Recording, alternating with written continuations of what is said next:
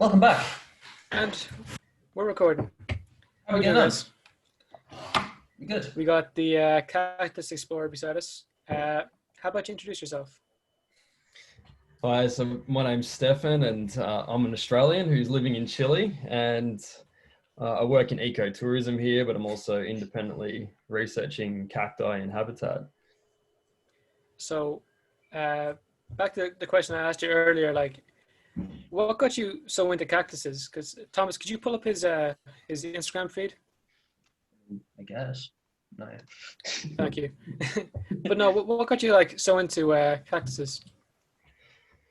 Yeah, so my grandparents had a pretty large landscape garden at their property, and I spent a lot of time there when I was a kid, and my grandfather actually had a small cactus collection.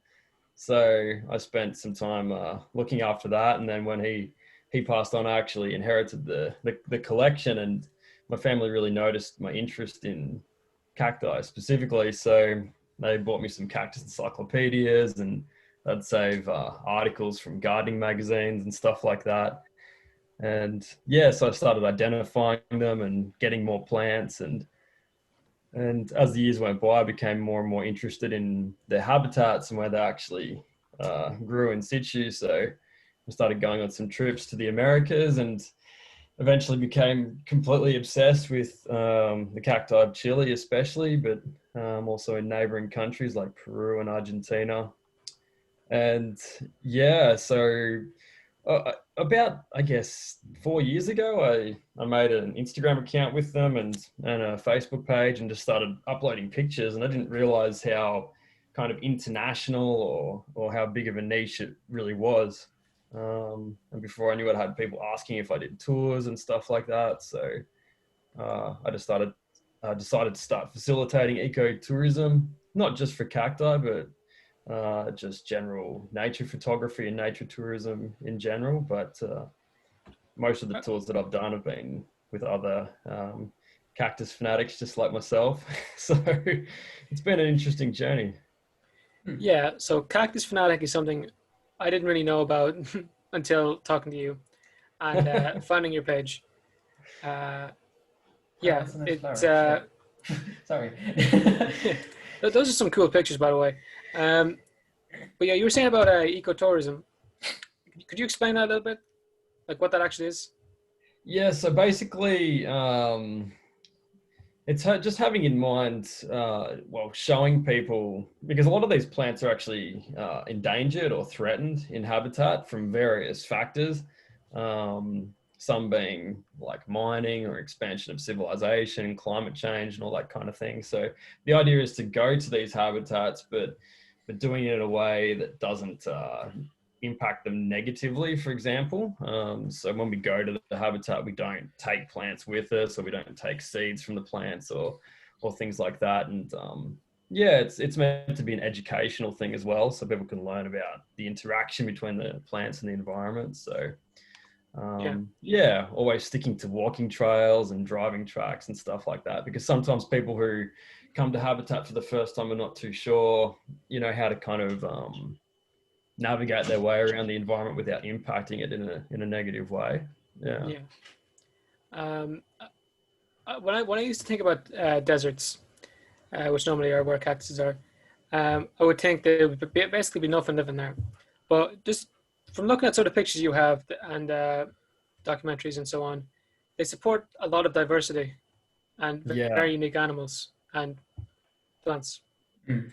Yeah. So deserts have a really interesting sort of ecology. I mean, it's got a lot of diversity. I mean, not as much as I guess more tropical or subtropical climates.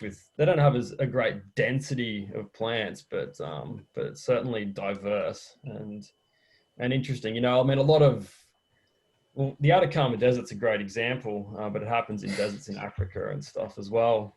But they can go through years, like multi-annual years of droughts, and then all of a sudden there'll be a huge rain, and all the seeds that are laying around in the desert will just pop up. So you get heaps of annual wildflowers and stuff like that coming to life. So, sometimes the life is not always there. It's just on like kind of rare rain events. and stuff like that, and a lot of bulbs that live underground, and even a lot of cacti actually live underground and go dormant for years on end, and then when the rain comes, they hydrate and come above the ground. So it's pretty incredible. Yeah, I see the picture you had there. I'm gonna keep referencing your Instagram because it's pretty cool. And there was a cactus that just looked like it was part of the mud, but it had just been like hydrated and was starting to come back up. Yeah, exactly. So a lot of cacti, they just grow in these really, I mean, a desert is already kind of a niche kind of environment, but they have really specific needs, some of them, and they've really adapted to really specific soil types or different geological situations. So yeah, it's really fascinating, and a lot of the plants are actually really, really difficult to find. So if you're not exactly sure on what you're looking for or where you're going, you would just drive past and not even know that they were there because they're so small. Yeah. Actually, yeah, you have one here that's like the size of like a €2 coin. It's absolutely tiny. Yeah. So like some of them you really, really have to research where they are and spend a lot of time really carefully searching. So, that's one thing that I like about the desert. There's heaps of subtle kind of life surviving there that most people sort of wouldn't be aware of. So I guess that's what I'm trying to promote too in my photography and the work that I'm doing through social media and the tours is people they wouldn't think about protecting or conserving certain areas of the desert because they just don't know that those plants are even there to begin with. Yeah, especially with like, at least what we learn with deserts, you just hear like they're spreading at the moment, like desertification. Right. We've been taught like in school that you want to suppress that as much as possible, stop them from growing, even like just get rid of them altogether, especially with the Sahara Desert or the Gobi Desert. Yeah, exactly. So yeah, deserts are expanding and climate change is a thing, and I guess that's why they've become popular in landscape gardens, especially because they don't need they're much more drought tolerant than a lot of other plants. So, but the question for Irish listeners at the moment is, can they grow in Ireland? I was asking you about a prickly pear. You said you'd have a chance with it. I think you would, even in Ireland. I mean, I haven't been there. I'm not that familiar with the climate that you've got, but a lot of cacti really. It rains a lot. Long periods of rain. There's a lot of rain, but it never really freezes. It never really freezes here. It's never really blows here. Barely. Yeah. For the entire year, it'll probably never. Maybe in April now we'll get a bit of snow. Yep. Yeah, so a lot of cacti would actually tolerate that kind of climate. So, you get a lot of plants that are growing in areas, or even cacti that get a lot of rainfall in some areas of the United States, because they grow all the way up to Canada and all the way down into Patagonia in southern Chile and Argentina.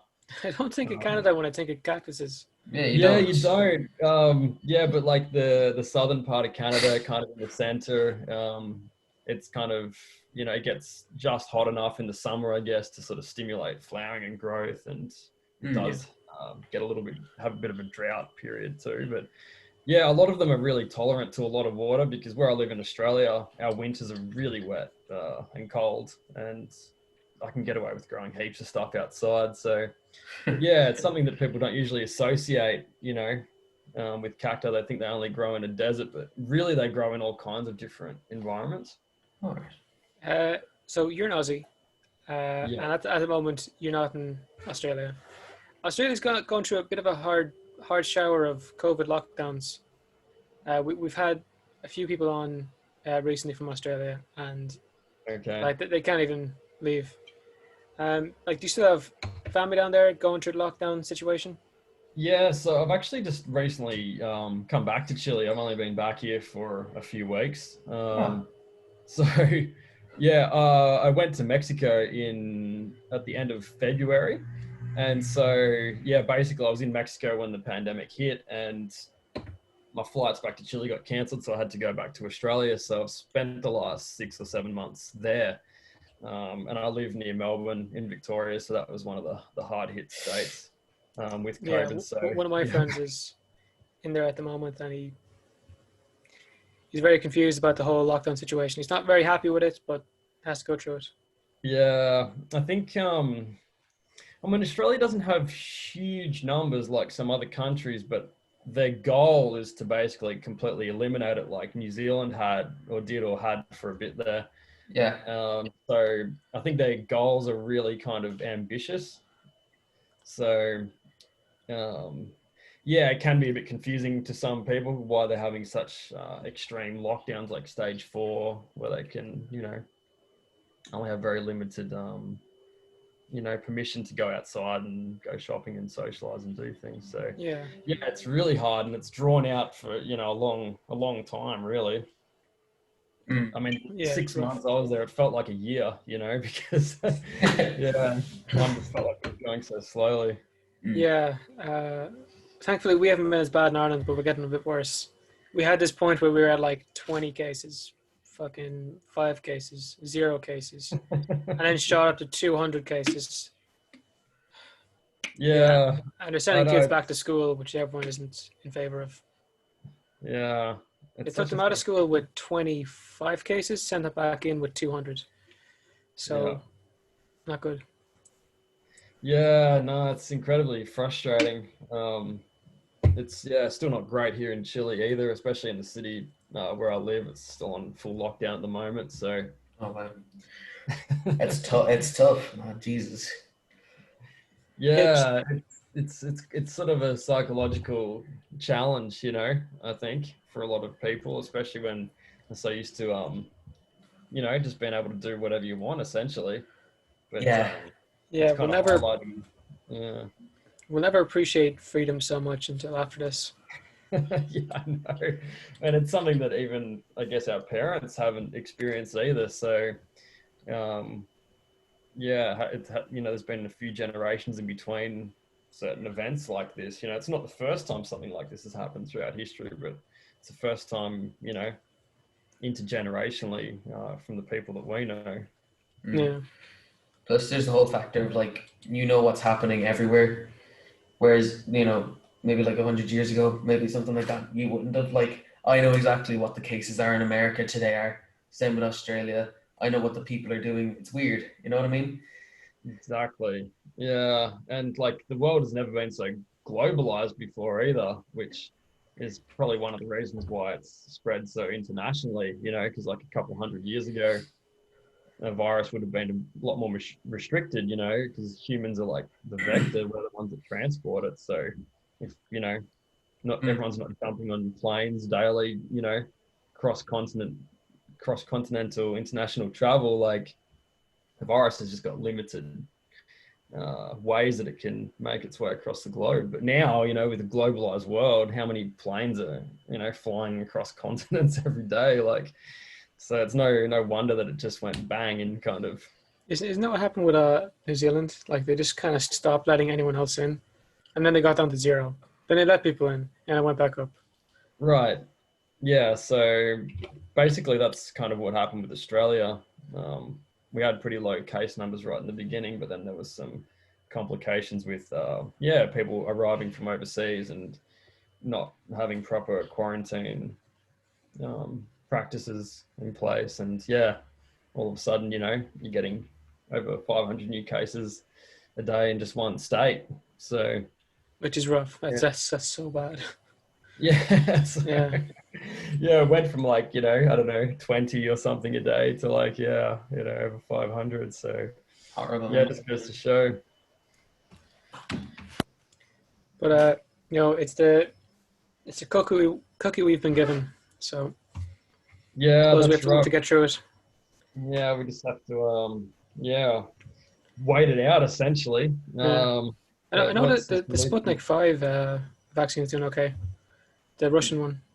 Is it? Oh yeah. So I see there was like a Russian trial and a UK trial. So Mm. yeah, the vaccine is obviously the solution, but They're whether on it's like going to be a one-off vaccine or an annual vaccine, if yeah. it happens to keep changing, but it's going to be yeah, it's going to be a little while, I think, until things go back to what we would consider normal. Yeah. No, I get that. I think they're on the third stage of testing, Are and they? so far so good. Well, that's what they say. Like, But the thing is, like, is that people who aren't essential won't get that for a year and a half as well, because it's going to go to the essential workers first, that vaccine. Do Mm. you know what I mean? Like, I as it should. I mean, like those guys are amazing. mean, I assume it's going to be everyone in the world saying, "Russia, can I have this many?" Now, highest bidder kind of thing. Because Yeah, I think a lot whoever of gets it's back to normality first kind of wins. yeah, it's going to take a lot to to get everyone vaccinated. It's going to take it's going to be a long process, I think. Yeah. You know, and access to it's one thing, but also production. They're going to have to produce how many billion vaccine shots. Yeah, no, it's Plenty. So, no, yeah, Yeah. you're right. But fair play to them for getting it done first. mm, Oh, no, yeah. So going back to cactus and conservation efforts for them, is that what you're involved in? yeah, so it's part of what I'm doing is generating awareness, but I'm currently working on some projects to I think mining has really impacted habitat here in Chile, for example, and internationally. So what I'm going to be trying to do is actually mining companies are wanting to sort of clean their image a little bit now. So they're wanting to kind of undo a little bit of the damage that they've done because they've got a bit of a bad reputation from just going in and destroying. Not just even habitat, but even cultural stuff. There's plenty of ancient sites that have been destroyed by mining activities and stuff like that. So they're wanting to sort of clean it up a little bit.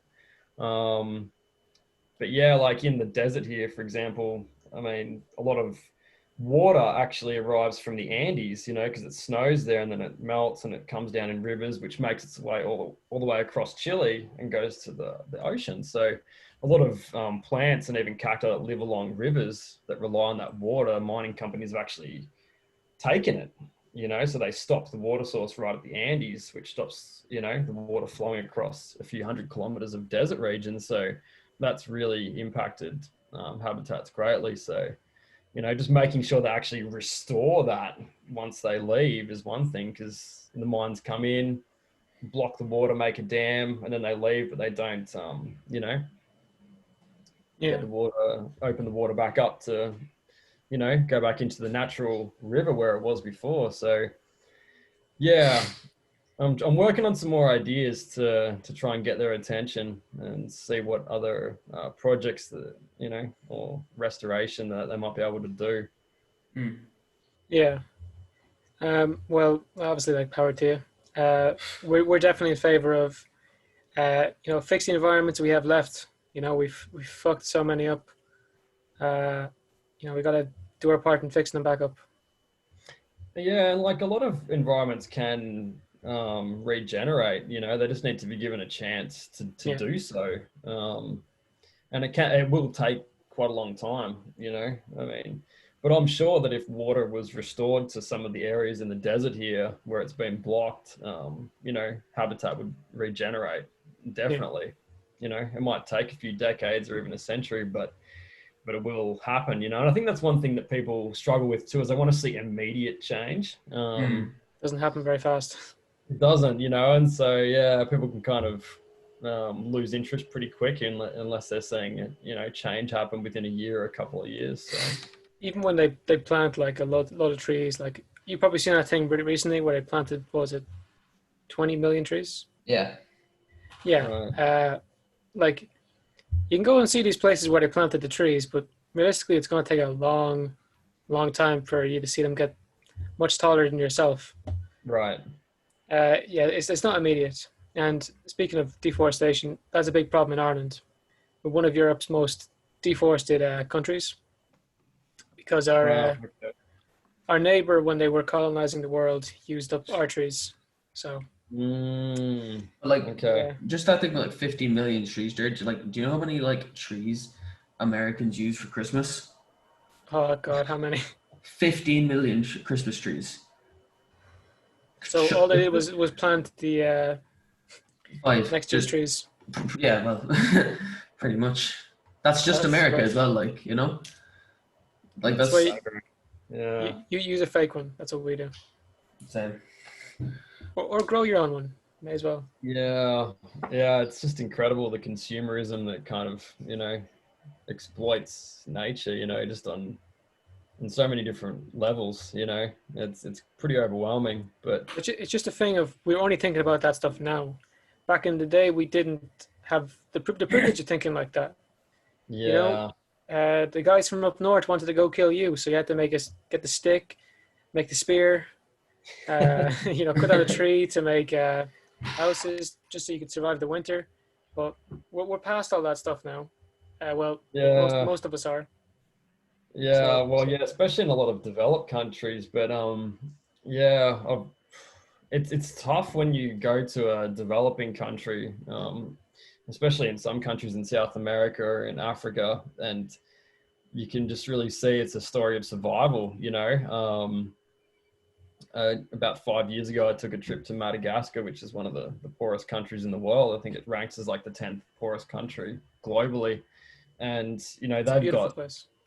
yeah, like, you know, a huge percentage of their flora and fauna is endemic, you know, just to that island, and it's a lot of it's been destroyed, unfortunately. But you know, you go there and you sort of, you don't really walk a day in the shoes of the people there, but you get to see it, you know, what the life is like, and yeah, they're just not considering long-term effects No. of the island. It's all about short-term Yeah, survival strategies, like cutting down, you know, 100-year-old, you know, palm trees or even mango trees and stuff. And, you know, yeah, from the outside looking in, you're like, shit, this is catastrophic. But like for the people living there, it's like, you know, well, we've got to eat and keep warm, you know? So, Yeah. yeah. Just with that there, yeah, we talked before about how like humans killing off the different plants and animals have effect on the I guess the world. Like I know the largest bird that ever lived used to live in Madagascar, the elephant bird, and now right. that's Yeah. gone. You know, like they used Yeah. to have mammoths up in Siberia, and they'd compress the soil, and then you know it wouldn't release gases as easily, and then they're not alive anymore, so it happens more easily. So Yeah. you know, killing off these things kind of a bad thing because once they're gone, they're gone. It's not cool, bro. Don't do it. That's it. Yeah. Once they're gone, they are gone, you know, and I've only more recently become aware of like some of the major herbivores in South America that have become extinct within the last couple hundred years. And it's been directly linked to human activity and climate change. So, but Yeah, mostly human activity actually, and introduction of other invasive animals, for example, that have yeah, extincted these you know, ancient herbivores, you know, within the space of like, you know, 20 or 50 years. They're just gone. Like, you know. yeah. um But even when you go back down to like tribal people, like in the 1400s, there used to be the moas still wandering around in New Zealand, and then within like a couple of generations of people being there, they're gone. yeah. And you just love if somewhere like New Zealand was never found until modern times, and there was all this like diversity of like humans were never here, and they just had their own, I guess, safe space. But you'd wish you could bring all these things back. Yeah, yeah, I know. And I guess, yeah, that's part of what I'm trying to do in my work as well, is just generate awareness, because a lot of people haven't heard of a lot of the plants that I'm, you know, publishing photos of and talking about. So yeah, it's just about documenting them while they're still here and generating as much awareness as you can. Mm. So people are wanting to protect them, you know, and learn about them. Yeah. Mm. For people who want to like do their part for conservation efforts, like what advice do you give, or what do you say they could do on like a daily basis that can help? Yeah, so it's all about just grassroots stuff, about changing, you know, your routines and what you choose to buy and stuff like that. I mean, geez, that's a really in-depth question because there's so many things that people can do and different decisions that people can make, you know. It's hard. I mean, a big one is trying to choose, you know, energy companies that use renewable sources of energy and not fossil fuels, for example. But then that's also sometimes not even accessible in certain countries. But, you know, just making a change like that can make a huge impact, you know, and choosing what kind of products you buy and having awareness of where those products come from. Like, you know, the palm oil thing was a huge one, you know, trying to not buy products that use palm oil or, you know, all sorts of stuff like that. But yeah, that is It's a big question. Sorry to pounce it on you, but like yeah, you are involved in that stuff, so I just thought I'd ask. it's a heavy one, but there's some big things to be aware of. Is just, you know, I'm just trying to think. There's heaps of stuff. Don't use online, plastic you know. straws. Yeah, plastics. You know, yeah, one-use plastic. You know, and one-use. You know, like foam containers, plastic bottles, and all that kind of thing. If, you know, Or if just you, What if about you, those paper straws? Because I've heard they're supposed to be like worse or something. I don't know. Like, yeah. So I don't know. I remember when I was a kid in Australia, like, you know, a lot of things were paper bags in the supermarkets. They were giving out paper bags. And then I remember, like, you know, in the 90s, there was this huge change. And they're like, no, we want to use less paper because we're killing all the trees. So we're going to use plastic. And there was this big, you know, public service announcement that, you know, yeah, plastic's the way to go because it's not impacting trees. And then now we're kind of having this big Yeah. backpedal where we're trying to cut out plastic and we're introducing paper stuff again. It's like, well, it's like just don't use the straw. Why even give out straws? It's like drink it like you always do. You know what I Yeah, mean? good yeah, point. yeah. It's just like Um, eliminate the straw, or, you know, I don't know, Yeah. use things more than once, you know, because that's the whole thing. It's just this single use stuff is a killer. it's kind of down to like how fast they break down. Like if I Mm, threw this book outside versus if I threw this plastic bottle outside, my reusable one, you know, the book would be gone a lot faster than the plastic. You know, a book could be gone in 5 years if it was true, yeah. outside. This thing could be here for 1,000 years. Yeah. So But yeah, it's also like the resources that were used to create the product in the first yeah, place, as well. So, and, you know, the environmental cost associated with producing it, like, so a lot of the you know, the plants that are producing um, or the factories that are producing plastic, you know, are emitting all these really toxic chemicals into the environment and stuff like that too. So there's, you know, yeah, it's just this huge big sort of compounding chain reaction yeah. I effect. think personally, if you want to do a bit to help the environment, you should grow your own food. Not all of it, obviously. If you want to grow your own potatoes, you want to grow your own carrots, whatever, just grow a bit of food. You know, better than going out to the shops to get it.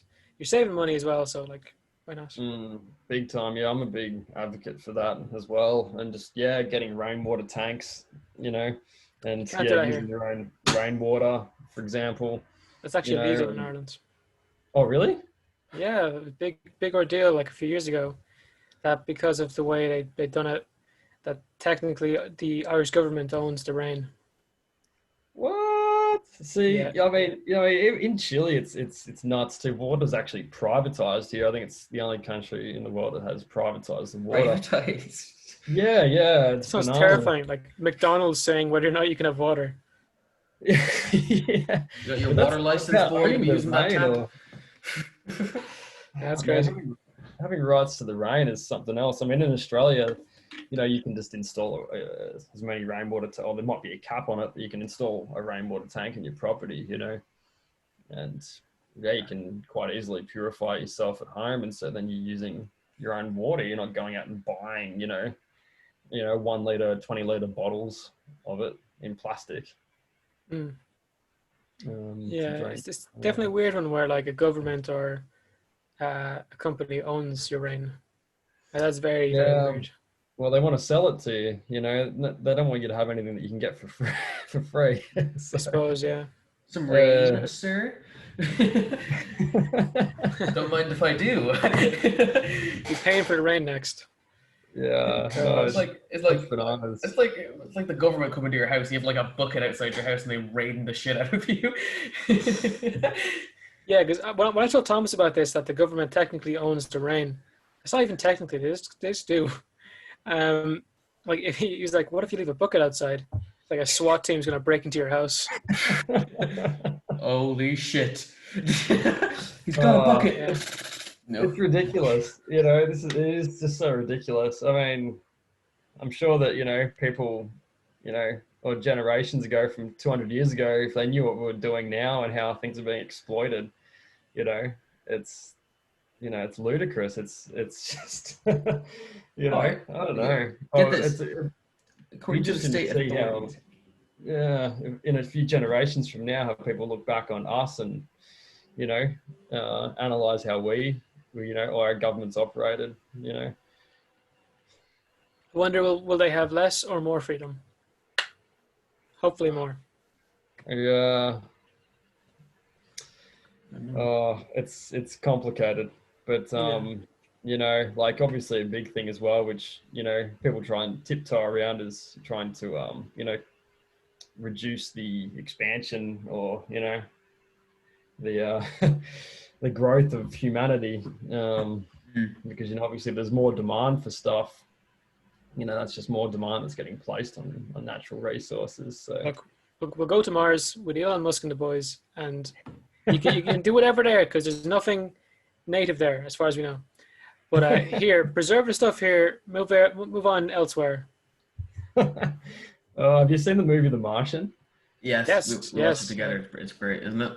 yeah. It's Yeah, great. that's a good one. I watched that again recently. Yeah. It's the same. That guy must be like the king of like horticultures, right? I mean, no. You're like, I want to be that guy, you know? Yeah, I think a yeah. botanist. Yeah, Horticulture is botanist. Oh different. shit. Whatever. Sorry. Same I thing, worked in really. horticulture and it sucks. The work is backbreaking. Yeah, At yeah, it's least where I pretty hard was. knacker. Yeah. Mm. But I suppose back to cactuses. See, I warned you about the tangents, you know? They're going to happen. That's all Um, right. so I've seen in a lot of things, cactuses being used as like a survival food. But I've seen that go like both ways, where like they grab like a cactus and they go into like a lucid trip, or they go get a cactus and they're fine. What's your story with that? You ever like try to use these cactuses for anything? No, it's sort of like it goes a bit against, I guess, what I'm trying to do is like just, you know, generate a general appreciation for them in their Even environment when there's abundance? and their evolution. Yeah, like certain ones like the prickly pear that you mentioned before have been really introduced big time in horticulture and agriculture in a lot of different countries, especially in Latin America, but even parts of Asia and Africa. They're a big thing in the But UK. like, you know, they can be a really useful food source, definitely.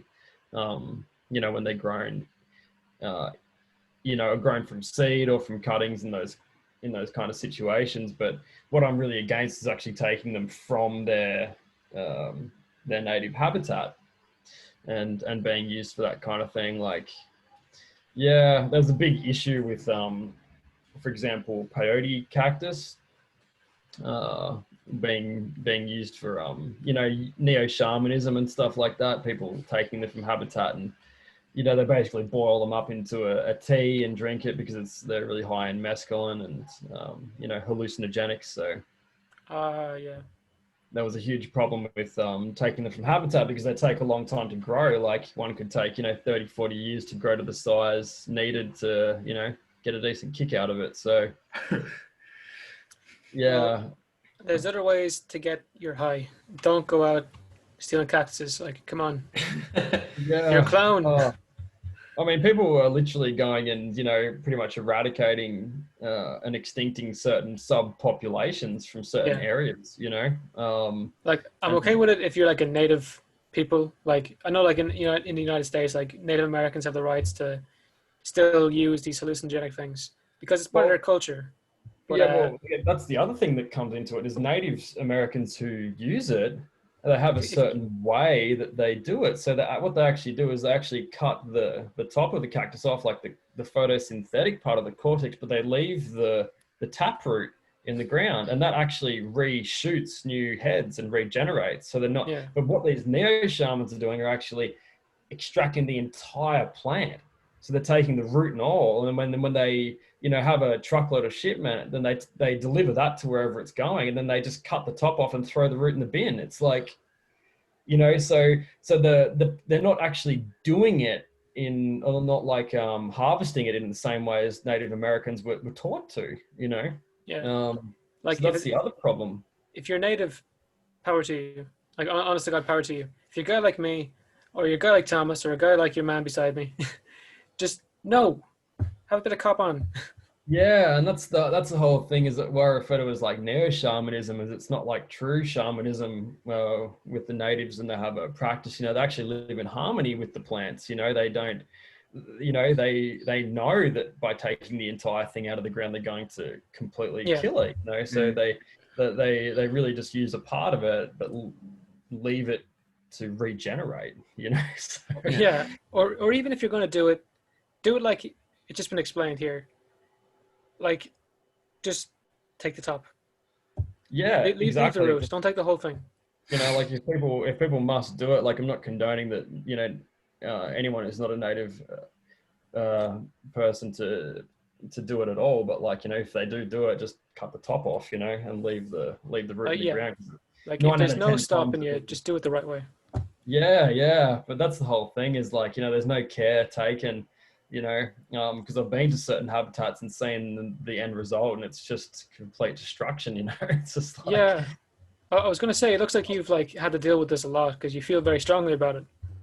yeah, I mean, look, there's a whole other topic about basically the black market around selling, really endangered or rare slow-growing cacti from Mexico, United States. Chile is a big one too, because a lot of cacti here take literally centuries to get to quite a large size, where a collector would find it an attractive specimen plant, and what was a really big problem is actually in cacti and succulent societies, these plants were prized, and really like trophies, from the desert. So people would come to a competition, especially where there's money involved, they can win prizes and stuff like that. And so, they're displaying this plant from habitat and winning a competition, and all of a sudden photos are taken of it, they're on social media, and then they're really expensive because they take so long to mature. So, people are like buying time essentially. It's not like they can just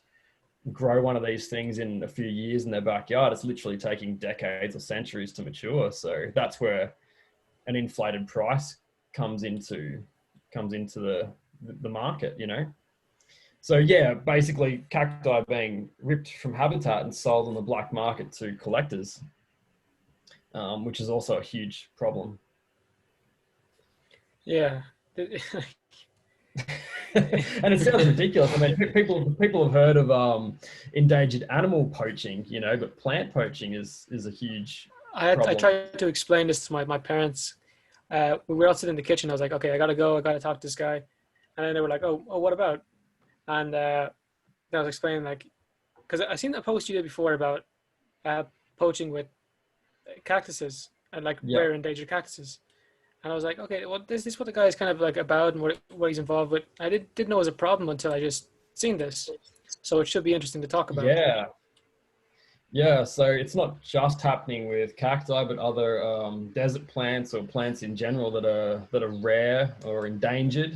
Some of them are actually critically endangered, and sure, like I've actually because I've made a lot of publicity about it, and I've literally had hundreds and hundreds of messages from people. Most people are all for it, preserving it, but then you get some people contacting you who are actually involved in poaching in the market, or they have essentially nurseries where they have a black market area which they're dealing in, and they get quite defensive about the topic, and they try and justify and rationalize why they're doing it, and you start to get this kind of What's the dynamic that normal you've seen. argument? What's the argument? That they're saving the plants. So they're like, oh, you know, they're going to die anyway from climate change and you know, human destruction and activity. So, you know, they kind of feel like they're saving the plants, you know, and exactly the same mentality happens with animal poaching or all kinds of other stuff, which I won't go into, like much darker stuff. But it's, you know, it's classic kind of, you know, it's actually illegal to take these plants from habit. It's a criminal behavior. And so you get the same kind of criminal mind psychology coming into it with the justification and rationalization why they're doing it, you know? Yeah, this sounds like the plot of Tiger King. Like, like no, like seriously, that's what his excuse was. Yeah. No, it's exactly the same psychology around it, you know? Yeah, you know, dealing endangered species, basically. And this argument is valid in some cases. For something that's living in its habitat, fine, leave it. Like, what are you doing? You know, remember that thing like the blue macaw or something? There's only 2 left. From So is it Rio? yeah. yeah, What was it? they went extinct thanks to people. Right. But like when you get like the last 2 of them, or you get like a breeding pair, you try to get them going. Like, I understand that. Like, I like pandas are critically endangered, so if you have them all together, in breeding and then bringing them back, their habitat, that makes sense. But if they're just being like handed around as exotic plants or exotic animals, it's not really good. Because you know, not in Tiger King, what they said was, if you release these tigers back out, they wouldn't know what to do. They haven't like learned what like they would have if they were in the habitat. They're not conditioned. They've kind of like lost that. But you know, there would definitely be some sort of innate, you know, survival instincts in them where I'm sure they would, you know, be able to be put back into the habitat or environment. You know, that stuff wouldn't just disappear over a generation or 2. I'm sure there would be some changes, but you know. Yeah, but see, like they're learning what they can and cannot do. Yeah. Yeah, and if they've no experience hunting, and then you put them in their environment, they're fucked. If there's not even anything to teach them, yeah. Because at least when you're like, say, a young cub, you tried to catch a squirrel. I know there's no squirrels where they live, but it says try to catch a squirrel. You didn't catch it. Okay, next time you learn from that. You got it the next time, and you upscale, like blah blah blah. If they don't have that experience or those life skills, you know, they're not going to survive. Right. So yeah, I know that actually makes a lot of sense. It's like, you know, if you know, like a human with a baby, you know, unless it's taught to do things, like, you know, there's an innate ability, you know, or a part of the brain dedicated to learning to talk a language or speak a language, I should say. Yeah. But it doesn't really matter what language it is, you know. But the baby still needs to be taught to speak a language, whether it's English or Spanish or yeah, exactly. whatever. So it's kind of got all the tools there it needs, but you know, unless it's actually shown or taught how to do it in the correct way, yeah, it's probably not gonna happen. It's just kind of like if you drop me into the plains of Africa, you know, I wouldn't really know what to do. Yeah, that's right. If you took like someone who lives there anyway, and for generations have learned what to do, they thrive. Yep. Yeah. Like, you know, if you took a human and isolated it without talking to other people, it's not going to just wake up one day and start speaking English, is it? You know, it's going to need to learn and be taught how to do that, or to, you know, hunt. Like, you know, there's just multiple things that we learn to do, isn't it? I suppose this is a nature versus nurture argument. Yeah. Oh man, it's deep. Yeah. Thomas, you're fairly quiet today. What's the crack? Did you ever hear that thing of like the 2 twins, and like if they're like separated at birth, one moves in with a farmer, the other moves in with like the CEO or something. They meet, like there's like it's nature versus nurture. It's like they're 2 completely different people, but like they have the same eye color, you know. Genetically they're you know, basically identical, but you know, different exposure to different environments. I don't know, I guess they call it like epigenetics or something. So like, you know, different expression of genes, you know, in response to different kind of environmental or, you know, pressures. Mm. Yeah. It sounds. I thought you were going to tell the story of like the two lads are separate at birth. They lived in like a couple towns over from each other, and they lived for like 30 or something years. They married. They were divorced. They both got divorced to a woman with the same name, and the marriage were the same at the time. And then they got married again with the woman with the same name, and then had like what 3 kids each, and they all gave them the same names, and they lived similar lives. They just were nearly identical in every single way. Hmm. We were told that in religion class before. No, man, I don't remember that. Mr. Hines told that. Did he? Yeah. Well, don't make it too obvious who said it now, man. I'm sure he's a fan. I'm sure he is. Yeah. Yeah, no, it's interesting, oh, yeah, I find the natural world fascinating. I mean, like, I've been interested in plants since I was a kid, but I studied health science at uni, so I got a bit into, anatomy, physiology, and psychology and stuff like that. And yeah, I do remember that twin story coming up as well, actually. Really? Oh, cool. Okay, I'm not talking complete nonsense. I'm pretty sure you might mind.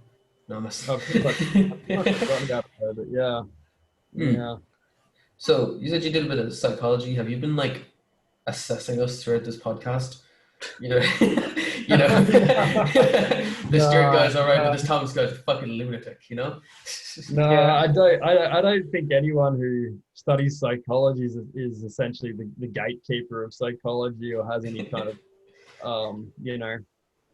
upper hand in analyzing or assessing people. I think Seriously, a lot of people whenever I talk to a psychologist, I try to act like as normal as humanly possible, and they're kind of like, "Yo, just give me a second. I'm gonna go call my friend at the mental ward. They might like to speak to you for a moment." You know what I mean? Thomas, you're sounding fairly mental today. More so mental than usual. You okay, buddy? Emotionally, no, but anyway.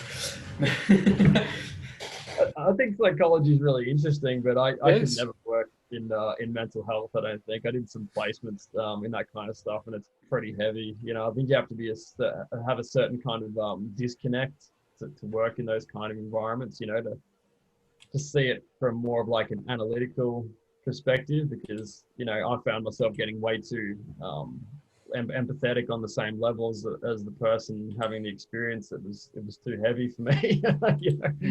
I would take that stuff home with me. I wouldn't be able to just leave it at the door when I walked out of the office. Yeah, no, I get that. I mean, it must take a lot to not think about it. Yeah. It takes a certain type of archetype of person, I think, to work in those kind of positions. Huge respect, massive respect. Really essential field. And then like they have to separate that from their home life, which I presume must be very hard to do, because like someone tells you something really traumatic, that's gonna stick with you for maybe a bit anyway. It's gonna be there for a while. Yeah, definitely. And sometimes it can even spark up things that have been you can associate with your own personal trauma or things that happen in life, and that can kind of aggravate your own mental state sometimes. But I guess working with cactuses is more relaxing. So working with plants is much easier than working with people, I can tell you that. It's like you don't have to go, you go home and all you see is plants. much more therapeutic. So what part of Chile are you from, by the way? I don't think we talked about that. Yes, I live in the Antofagasta region, in the city of Antofagasta, in the north. So, it's about, 1,200 kilometers north of Santiago, which is the capital of Chile. So this area is really famous because it's right in the middle of the Atacama Desert, which is the driest desert on the planet, actually. Or the driest non-polar desert, I should say. So it's really, really interesting, the ecology here and the dynamic, the interaction between the plants and the environment, because basically every day we get really heavy fog coming in off the Pacific Ocean. And you can get the same phenomena happening in California. You know, San Francisco is really famous for having fog sweeping through the Bay Area. So same kind of influence. But yeah, basically it only rains here once every 3 to 5 years on average. Have you experienced rain there before? So have I experienced it? Yeah, but just a little bit. Not really a proper rain event. You have to be pretty lucky to be, you know, caught right in the middle of one. But it can actually pour down pretty hard when it does rain. But it's just that it's really infrequent. But basically, a lot of plants that live in the Atacama Desert, well, they basically all grow along the coastline in the first couple of kilometers of coast. So yeah, they're surviving off the fog, the mist that comes in from the ocean. Just you know, it condensates and provides just enough moisture for survival. Oh, Yeah. yeah, I get that. Basically, so yeah, this is where I live. So it's and the opposite of Ireland. Pretty much. Said it was lucky to get rainfall. Well, we must be fucking millionaires. yeah, it's really, you know, water is it's a really scarce resource here, and it's, you know, highly valuable. And yeah, you don't realize how much you take it for granted until you come and live in a place like this. So yeah. And also, like, unlike here, like I know I grow roses and stuff in my garden, but like I kind of like rely on rainfall just to unless there's like sunny for like 4 or 5 days straight, I usually won't go out and like water them. Kind of just like rely on the rainfall to take care of them for me. Yeah. The The thing of watering your plants doesn't really apply here as much. Yeah, it's raining all the time. Pretty much. Yeah, even through summer. I wouldn't even say we have a summer, man. It might be sunny for like a week. It's like July is okay, and the rest is like miserable. It snows in April every year. Yeah, and it makes no sense because like December is like lukewarm. Yeah. I mean, I went sunbathing for Christmas last year. No, I didn't. No. I'd really like to visit Ireland. Actually, I've never been. Do you have any heritage? My dad's side of the family was Scottish, so I guess that's the closest sort of link that I would have. But that's fair. You know what? We'll accept it. They're pretty cool, Scots. It's good enough. It's good enough for us. Scots are pretty more similar than you think, just because of our language, our kind of history with them. Especially the Highlander Scots, they're a lot more similar to us than they are to the English because we kind of share a language, kind of, but not really, but basically. Right. It's like how there's like different derivatives of French. You have like Canadian French, and then you have like French French. That's about how big the difference is. Canadian French and French, like Scottish and Irish. Pretty much. Yeah, okay.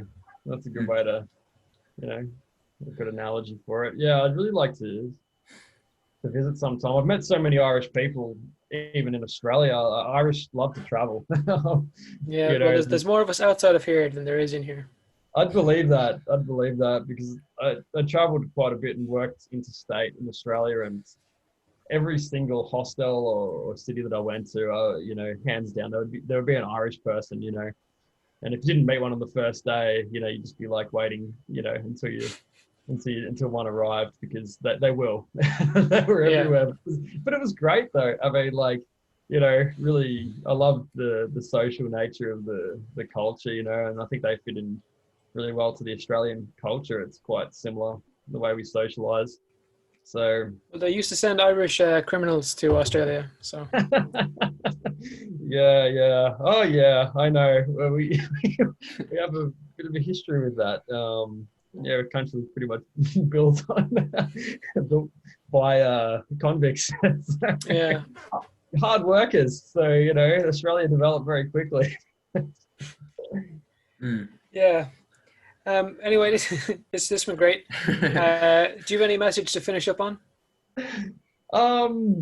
Just get outside, you know, start doing some treks or walks, and just exploring whatever native endemic places are left around where you live, you know, and becoming a bit more familiar with the nature and stuff that lives there. I know that, you know, cacti drew my attention and my interest to the Americas, you know, but when I go back to Australia now, I've noticed myself taking a lot more time to appreciate our native flora and fauna and the interactions there. So yeah, I'd encourage anyone just to get outside and, you know, get in touch with nature as much as they can, as cliche as that sounds. No, it's true. Like, it's a lovely day in Ireland today, so I suppose it'd be a great day for a walk. I think actually the rest of my family's gone for a walk, so I may join them. Yeah. Oh, thanks for having me on the show. It's Of yeah, course. it's been cool. If people want to check you out and they want to keep up with you, where can they find you? Yeah, so on Instagram and Facebook, if you just put in Cactus Explorer or the Cactus Explorer, you'll find me on there. I've got a website, cactusexplorer.com. It has a bit more information about what I do.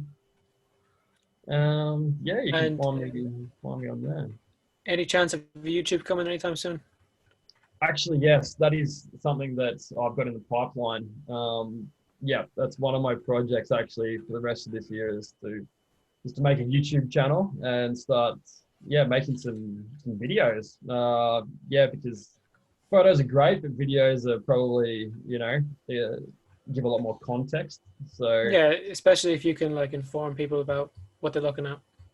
yeah, definitely. So yeah, that's one of my main goals for this year. I do some writing and stuff like that as well, which I'm going to be posting links to on my website soon. But yeah, I'll be definitely having a YouTube channel, which will just be Cactus Explorer. Well, when it's out, we'll probably post a thing or two about it, just so people can go find it. Definitely, yeah. I'll let you know when I get it up and running. Yeah. So thanks, man, for getting on. Thanks everyone for listening. So if you haven't already, make sure to like, comment, subscribe, maybe tell your grandma about the podcast, and have a great day. Take handy.